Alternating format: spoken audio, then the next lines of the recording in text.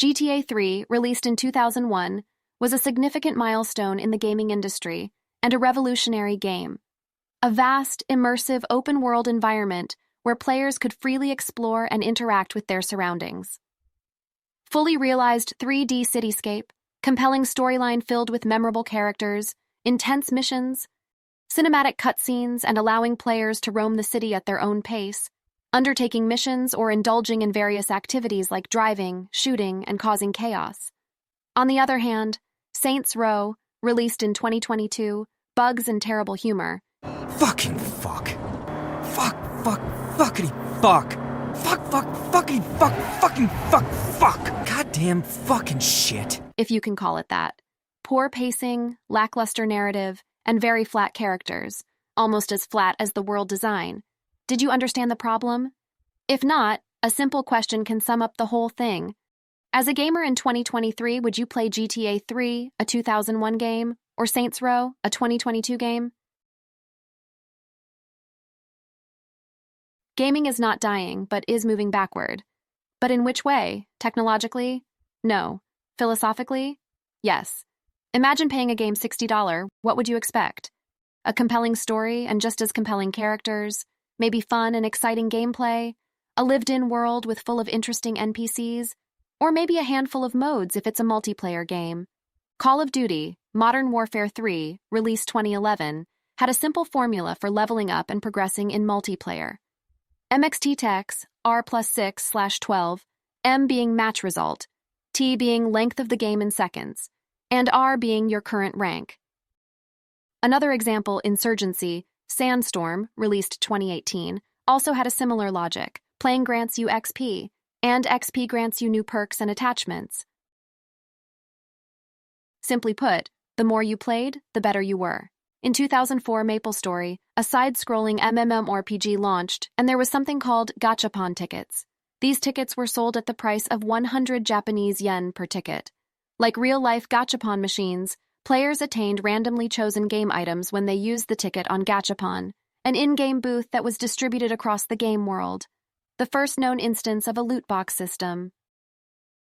In the late 2000s, the Western gaming market started to take note of how successful loot boxes and crates were in Asian video games. And then, it came. FIFA. One of the first games in the West to introduce a loot box-like system was the soccer game, FIFA, which allowed players to create a team of association football players from in-game card packs they opened, using in-game currency earned through regular playing of the game or via microtransactions. Another early game with loot box mechanics was Team Fortress 2 in September 2010, when Valve added the ability to earn random crates to be opened with purchased keys. Valve's Robin Walker stated that the intent was to create network effects that would draw more players to the game so that there would be more players to obtain revenue from the keys to unlock crates. Valve later transitioned to a free-to-play model, reporting an increase in player count of over 12 times after the transition, and hired Yanis Varoufakis to research virtual economies.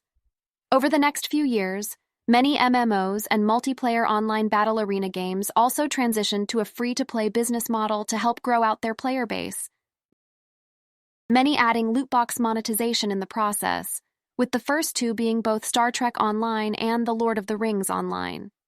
Separately, the FIFA series included a FIFA Ultimate Team mode that allowed players to use virtual trading cards to build a team. Initially released as downloadable content, the FIFA Ultimate Team mode transitioned to a free add-on to the base game with the 2010 release, with the ability to buy card packs as a means to generate revenue for the game. EA took the success of this transition for Mass Effect 3 in March 2012. Mass Effect 3 offered packs that would offer uncommon gear, otherwise obtainable only by grinding through online gameplay. According to the game's producer, Jesse Houston, these were used as a means to offset the development cost of the game's multiplayer mode. It's all a lie. Progression is dictated by randomness. That being said, the main logic of loot boxes is randomness, and randomness is very easy to manipulate. Randomness in itself is already a powerful monetization tool. When selling loot boxes, developers don't sell direct value to the player. They sell them a chance to get value, which reduces how quickly the content is consumed and how much needs to be produced. Imagine a game where beating monsters rewards players with experience points needed to level up, and developers want players to gain 1 level per week, regardless of if they beat 30 monsters or 10 monsters per day. If it was a fixed amount of points, it would be too obvious that player B is being punished for engaging too much with the game. Instead, if it rewards them with a random number, developers can easily adjust the odds, so the more monsters player kill per day, the more unlucky they are with the drop. Legally, companies are obligated to disclose the odds of a loot box, but they don't have to be too specific, so it's extremely easy to get around it.